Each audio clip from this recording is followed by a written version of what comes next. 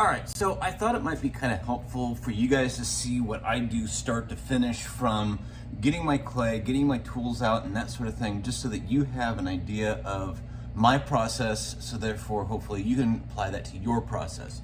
The clay that's been sitting overnight, okay, this is about, it's about 8 o'clock in the morning. I don't have a class right now.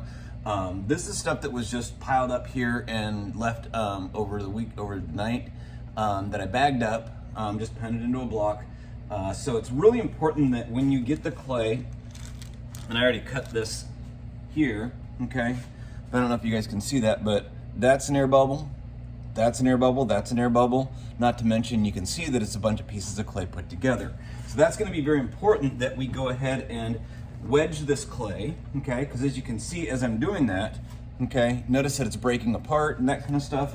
By wedging the clay, there we go, okay, that's going to help push everything back together, right, and then realign those brick-shaped clay molecules, or clay particles, if we call them, okay, so that it will all be cohesive and will make it much more structurally sound.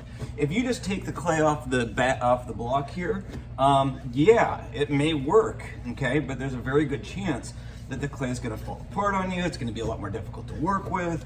So there's a lot of issues that you have if you don't wedge your clay, that I highly encourage that you make sure that you do.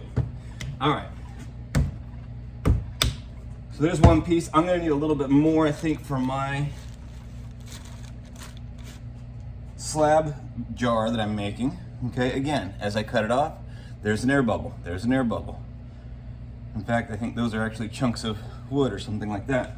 So wedging and inspecting your clay in the beginning is going to help you to have a better quality of clay, which means that it's going to work a lot better for you. So I get a little out of breath just because this is hard work.